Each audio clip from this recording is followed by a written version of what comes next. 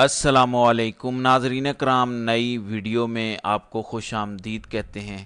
پھرتیاں الٹی پڑ گئی ہیں۔ پورا دن ذلیل و خوار ہونے کے بعد اب شہباز شریف نشان عبرت بنتا نظر آ رہا ہے۔ کل رات میں نے آپ کو بتایا تھا کہ جی ایچ کیو والے کتنا ناراض ہیں اس حکومت سے، شہباز شریف سے، کہ یہ کام بھی ڈھنگ سے نہیں کر سکے۔ پھر رات کو ہی مایوس ہو کر نواز شریف بھی لاہور واپس چلے گئے۔ شہباز شریف نے آصف زرداری کی منت کی، نواز شریف کی بھی منت کی کہ آپ مولانا فضل الرحمان کے پاس چلے جائیں، ایک آخری کوشش کریں، ہو سکتا ہے ہم کامیاب ہو جائیں۔ لیکن نواز شریف اور آصف زرداری نے بھی فضل الرحمان کے پاس جانے سے واضح انکار کر دیا، اور نواز شریف پھر روٹھ کر، مایوس ہو کر، روتے ہوئے، ٹیشو پیپر سے آنسو صاف کرتے ہوئے لاہور چل پڑے۔ اب یہ سارا کچھ کل کے دن ہی کیوں ہو رہا تھا؟ چھٹی کا دن ہے، کوئی عدالت نہیں کھلے گی، کوئی ایکشن نہیں ہوگا، ہم سب کچھ کر گزریں گے۔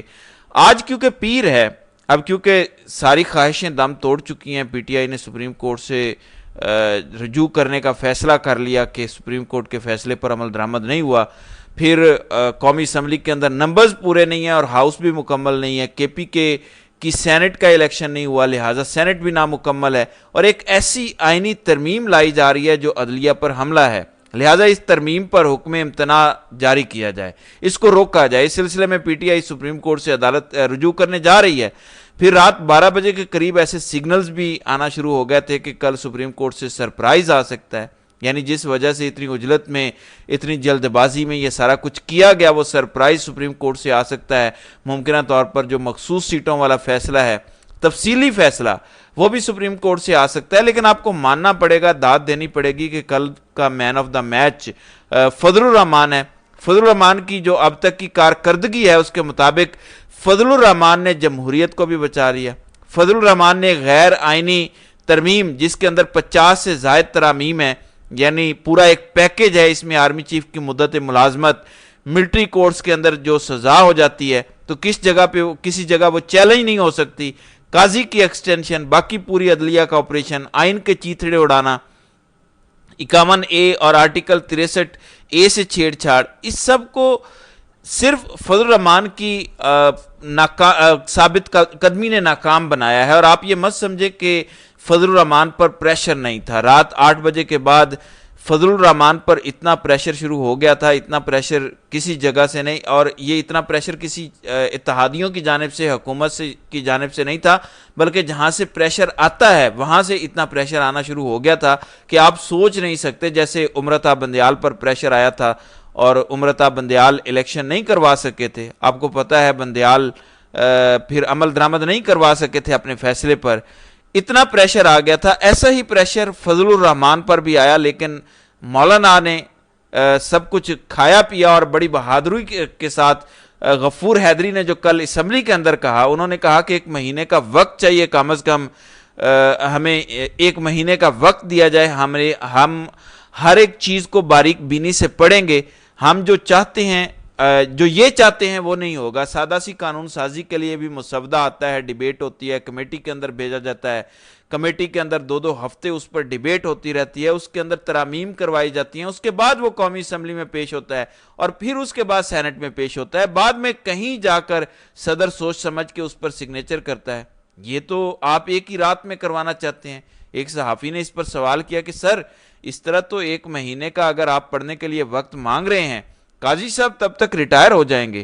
غفور حیدری نے کہا تو کیا ہوا، ہوتے ہیں تو ہو جائیں، کیا اس سے پہلے اس ملک کے اندر ججز نہیں آئے؟ جج آتے رہتے ہیں، جاتے رہتے ہیں۔ تو بڑی ٹھنڈک کے ساتھ مولانا فضل الرحمان اور فضل الرحمان کے ساتھیوں نے کہا کہ ایسا نہیں ہونے دیں گے۔ پھر رات کو ایک اور خبر بھی چلی کہ دیکھیں پی ٹی آئی بھی کچھ چیزوں پر ایگری کر رہی ہے، اور وہ کہہ رہے ہیں کہ آئینی عدالت کے حوالے سے آپ ہمیں اعتماد میں لیں تو ہم آپ کے ساتھ جا سکتے ہیں۔ تو مشترکہ طور پر، متفقہ طور پر قانون کی یہ آئینی ترمیم کر سکتے ہیں، مثلا یہ جو آئینی عدالت والا معاملہ ہے۔ لیکن اس کے بعد پی ٹی آئی نے واضح تردید کی کہ کسی قسم کی کوئی آئینی عدالت یا کوئی بھی شک، کوئی بھی مشروط یا غیر مشروط ہم حمایت نہیں کرنے جا رہے، ہم تو اس حکومت کو تسلیم نہیں کرتے، تو پھر کیسے ہم اس پر ووٹ کریں گے یا رضامندی کا اظہار کریں گے۔ پھر رات کو خواجہ آصف کا منہ دیکھنے والا تھا، خواجہ آصف کا اترا ہوا چہرہ، آنکھوں میں آنسو۔ صحافی احسن واحد نے ان سے پوچھ لیا کہ خواجہ صاحب، آپ تو کہہ رہے تھے نمبر پورے ہیں، آپ 2 دن سے کہہ رہے تھے کہ نمبر پورے ہیں، رولا ہی کوئی نہیں ہے، خواجہ صاحب ہو کیا گیا؟ تو اس پر انہوں نے کہا کہ ہمارا مولانا نے ساتھ نہیں دیا، مولانا نے ہمیں سپورٹ نہیں دی۔ صحافی نے پوچھا خواجہ صاحب کل نمبر پورے ہو جائیں گے؟ تو خواجہ صاحب نے کہا نہیں، کل بھی مجھے تو کوئی نمبر پورے ہوتے ہوئے نظر نہیں آ رہے، کل بھی کوئی ترمیم ہوتی ہوئی مجھے اب نظر نہیں آ رہی، کیونکہ مولانا نے ہمیں سپورٹ نہیں کیا۔ اور آج کا جو ایجنڈا جاری ہوا ہے ابھی تک سینٹ کا اور قومی اسمبلی کا، اس کے اندر آئینی ترمیم کا کہیں پر ذکر نہیں ہے کہ آج ہم آئینی ترمیم بھی لا رہے ہیں، کیونکہ اب نواز شریف بھی جیسے تیسے گھر لوٹ چکا ہے۔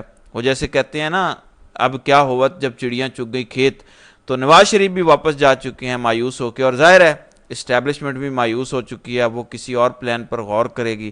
یہ پلان تو بظاہر اس وقت پٹتا ہوا نظر آ رہا ہے۔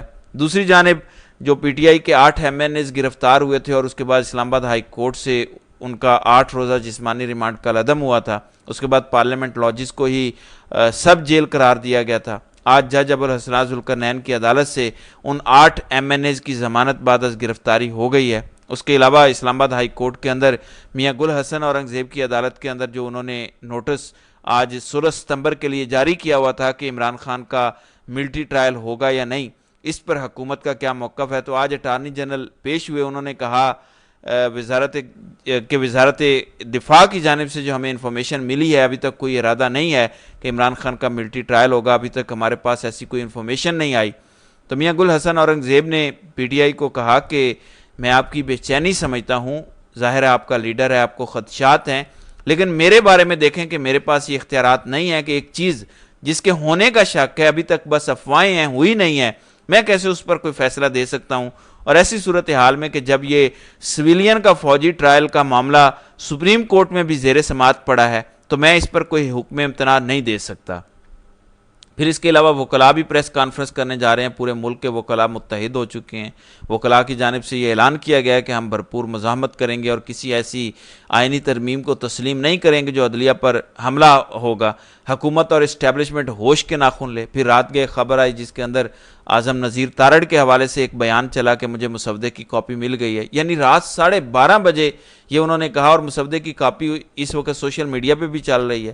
تو رات 12:30 بجے کے بعد حکومت کو خود مسودے کی کاپی ملی، لہٰذا اسی چیز کو مولانا نے سمجھ لیا کہ یہ وہ ترمیم نہیں ہے جو پارلیمنٹ لا رہی ہے یا سیاستدان لا رہے ہیں، یہ کسی اور جگہ سے ترامیم آ رہی ہیں، لہٰذا اس کا ساتھ کسی صورت بھی ہم نہیں دیں گے، اس کا ساتھ نہیں دیا جا سکتا۔ یہ ایک ایسا غیر آئینی معاملہ ہوگا جو پاکستان کو بہت پیچھے لے جائے گا، پاکستان پر مکمل قبضہ ہو جائے گا۔ لہٰذا اب انتظار کیا جا رہا ہے کہ سپریم کورٹ سے کیا سرپرائز آتا ہے، اور جو ساری کوشش تھی قاضی فائزہ کو بچانے کی، حکومت کی خود کو بچانے کی، اسٹیبلشمنٹ کو بچانے کی، ان ساری کوششوں پر پانی پھرتا ہوا نظر آ رہا ہے۔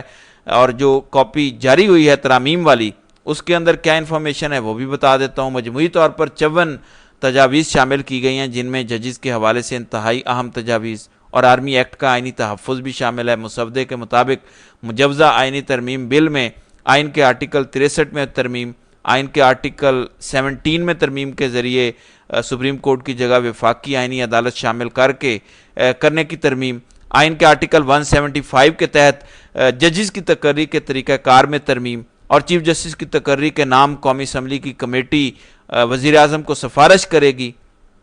قومی اسمبلی کی کمیٹی 3 سینئر ترین ججز میں سے ایک کا چیف جسٹس کے طور پر انتخاب کرے گی، اور قومی اسمبلی کمیٹی 8 ممبران پر مشتمل ہوگی جس میں تمام جماعتوں سے لوگ لیے جائیں گے۔ اسپیکر اس کا فیصلہ کریں گے۔ اس کے علاوہ آئینی عدالت کے جج کی ریٹائرمنٹ کی حد عمر 68 برس ہوگی۔ تو 68 برس والا فارمولہ یہی تھا کہ قاضی فائزہ کو وہاں سے اٹھا کر یہ جو نئی عدالت بنائی جا رہی ہے یہاں پہ لایا جائے، اور اس کی عمر 68 سال رکھی جائے تاکہ قاضی مزید 3 سال چل سکے۔ ہائی کورٹ سے سوموٹو لینے کا اختیار واپس لینے کی تجویز تھی، اور ہائی کورٹ کے ججز کی ایک ہائی کورٹ سے دوسرے ہائی کورٹ تبادلے کی تجویز شامل تھی۔ اس مسودے کے مطابق سروسز چیف کی تقرری اور ایکسٹینشن کے حوالے سے آرمی ایکٹ میں ترامیم کو آئینی تحفظ حاصل ہوگا، اور اس متعلقہ قانون میں ترامیم اس وقت تک ممکن نہیں ہوگی جب تک آئین میں ترامیم نہ کر لی جائیں۔ تو یہ وہی چیزیں ہیں جس پر میں پچھلی ویڈیو میں بھی تفصیلاً بات کر چکا ہوں کہ یہ وہ چیزیں تھیں جو چھپائی جا رہی تھیں، خاص طور پر military courts, military trial, army chief کی ایکسٹینشن، یہ سارے معاملات کہیں نہ کہیں فوج سے جڑے ہوئے ہیں، لیکن اب یہ سارے کے سارے معاملات تباہ و برباد ہو چکے ہیں، اور اب دیکھتے ہیں کہ سپریم کورٹ سے اس حوالے سے کیا سرپرائز آتا ہے۔ تو ناظرین کرام، آپ کی اس ویڈیو کے حوالے سے کیا رائے ہے؟ آپ اپنی رائے کا اظہار کامنٹ سیکشن میں ضرور کیجیے گا۔